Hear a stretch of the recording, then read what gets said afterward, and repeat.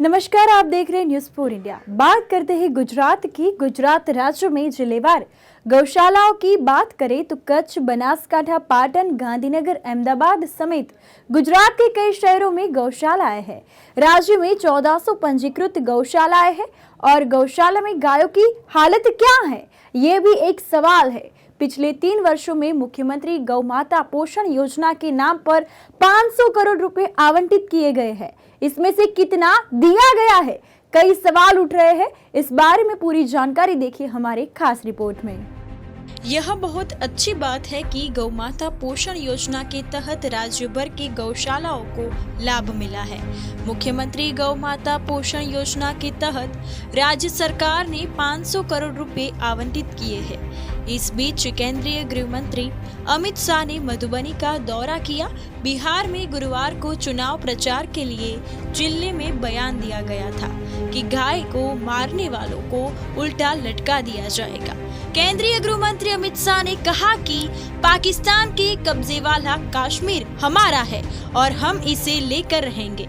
उन्होंने कहा कि अटल बिहारी वाजपेयी ने मैथिली भाषा को 8वीं अनुसूची में शामिल कराने का काम किया था। शाह ने कहा कि जब मैंने पहली बार इस क्षेत्र का दौरा किया तो वहाँ बड़ी संख्या में गौ हत्या के मामले थे। अब मैं मोदी जी को तीसरी बार प्रधानमंत्री बनाने का आश्वासन देता हूँ।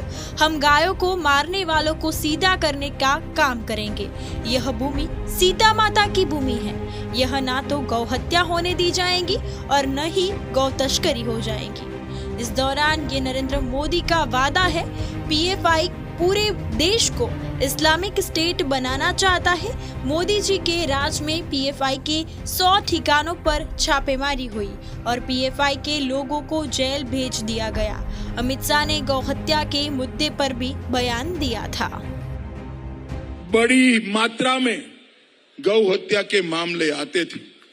मैं आपको विश्वास दिलाकर जाता हूं, मोदी जी को तीसरी बार प्रधानमंत्री बना दो, गौ हत्या करने वालों को उल्टा लटका कर सीधा करने का काम है। ये सीता माता की भूमि है। यहां गौ हत्या नहीं चल सकती। ना गाय की तस्करी होने देंगे, ना गाय की हत्या होने देंगे। ये नरेंद्र मोदी।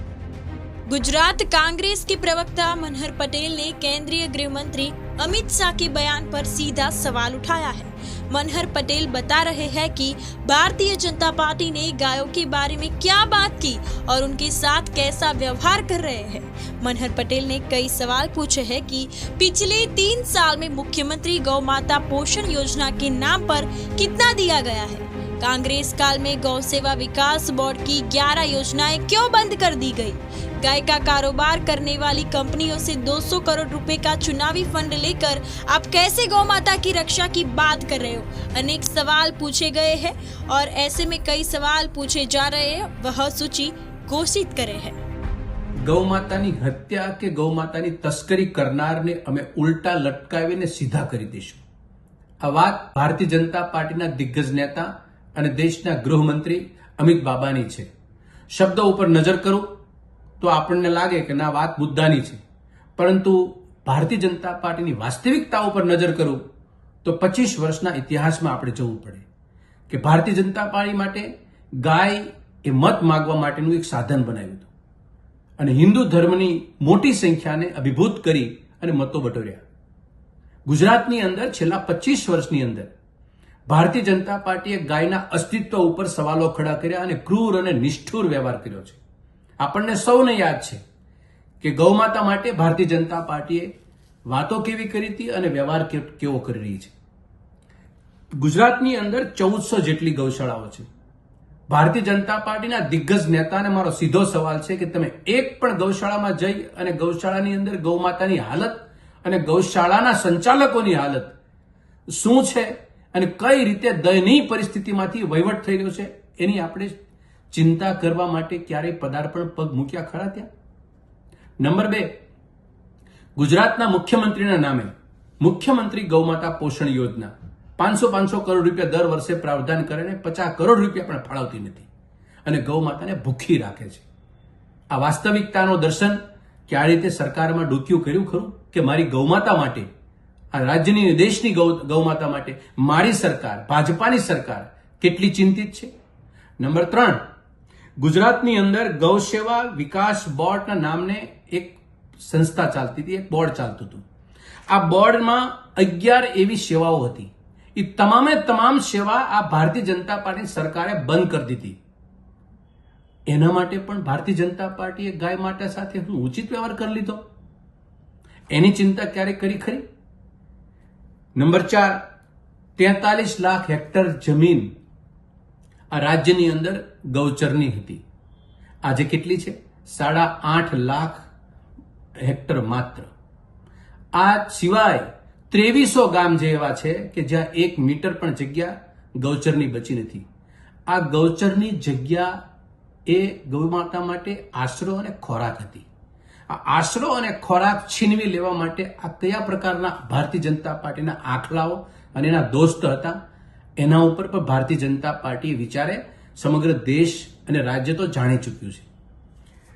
5મી બાબત, 200 કરોડ રૂપિયાનો ફંડ ફાળો ભેગો કર્યો. કોની પાસેથી? જે ગાયની કતલ કરી અને માંસનો ધંધો કરે છે એવા લોકો પાસેથી. અને એ લોકો પાસેથી ધંધો કરવો એટલે સામાન્ય સમજ તો એવી થઈ ગઈ કે સીધી રીતે ગાય કાપતા નથી, પણ આડકતરી રીતે ગાય કાપીને એના ફંડ લઈ અને ચૂંટણીઓ લડવી અને જીતવી અને સત્તા મેળવવી. આ ગંભીર વિષય ભારતીય જનતા પાર્ટીને જવાબ આપવા માટે પ્રેરિત કરે છે. 5મી બાબત, 2023ની અંદર જીવતા પશુઓને એક્સપોર્ટ કરવાનો મોદી સરકારે કાયદો બનાવી નાખ્યો. આપણને કોઈને ખબર ન રહી. આ દેશના સાધુ, સંતો, મહંતો, પીઠાધીશ્વરો, વ્યાસપીઠ ઉપર મોટી મોટી વાતો બોલનારા લોકો પણ મૌન થઈ ગયા. કોઈ શબ્દનો પ્રયોગ કર્યો કે આ ગાય માતાને વેચી અને વિદેશમાં મોકલી અને આપણે ધંધો કરવાનો? આ સરકાર કઈ ટાઈપની? માંસનો તો ધંધો કરવા દીધો, પણ ગાય માતાઓને વેચી વેચીને ધંધો કરશે?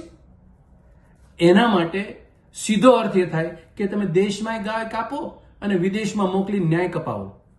આવા વેપારીઓને ઉભા કરીને ભારતીય જનતા પાર્ટી શું સિદ્ધ કર્યું? હિન્દુઓના ઠેકેદારો તરીકેની વાત પબ્લિક વચ્ચે કરવાની, મત મેળવવા માટે કરવાની, એને ઉગ્ર બનાવવાના. અને હિન્દુઓનો મોટો સમૂહ તમને મત આપી જાય. ગાય માતા સાથે શું વ્યવહાર કર્યો? ક્રૂર અને નિષ્ઠુર. આ પરિણામ છે. એનાથી આગળ વાત કરું કે આપણે એવું બોલી ગયા કે ગાયની હત્યા અને તસ્કરી કરનારને અમે ઉલટા લટકાવી અને સીધા કરી દઈશું. ગુજરાતના 25 વર્ષ અને દેશના 10 વર્ષ. એક દાખલો બતાવો, અથવા તો તમારી પાસે નંબર ઓફ યાદી હોય કેટલાને તમે ઉલટા લટકાવી દીધા અને કેટલાને સીધા કરી નાખ્યા હોય. એની યાદી ભારતીય જનતા પાર્ટી જાહેર કરે. પબ્લિકને ખબર પડે કે ગાયના ઠેકેદારો તરીકે ગાય માટેની કેટલીક ઉચિત વ્યવહાર તમે લોકો કર્યો છે. વાસ્તવિકતા એ છે, ગાય આજે અસ્તિત્વ માટે લડી રહી છે. ગાય પોતાના પોષણ માટે લડી રહી છે. ગાય પોતાના જીવન માટે, એના બચ્ચાઓ માટે લડી રહી છે. ગાય પોતાના આશરા માટે લડી રહી છે. અને ગૌ માતા માટે આ દેશની અંદર 4 મઠ પૈકીનું એક મઠ, જ્યોતિ મઠ, એના શંકરાચાર્ય અવિમુક્તેશ્વરાનંદજી કહે છે કે ભારતની સરકાર, ભાજપાની સરકાર ગાય માટે ખૂબ મોટી વાતો કરી અને અમારી ચેલેન્જને સ્વીકારે, ગાયને રાષ્ટ્રમાતા તરીકે જાહેર કરે અને એ રાષ્ટ્રમાતા જાહેર કરશે તો આ તમામ પ્રશ્નોના સવાલના જવાબ એમાં પડેલા છે. કોઈને તસ્કરી કરી શકે, ન કોઈ હત્યા કરી શકે, ન ગાય સાથે કોઈ અનુચિત વ્યવહાર કરી શકે.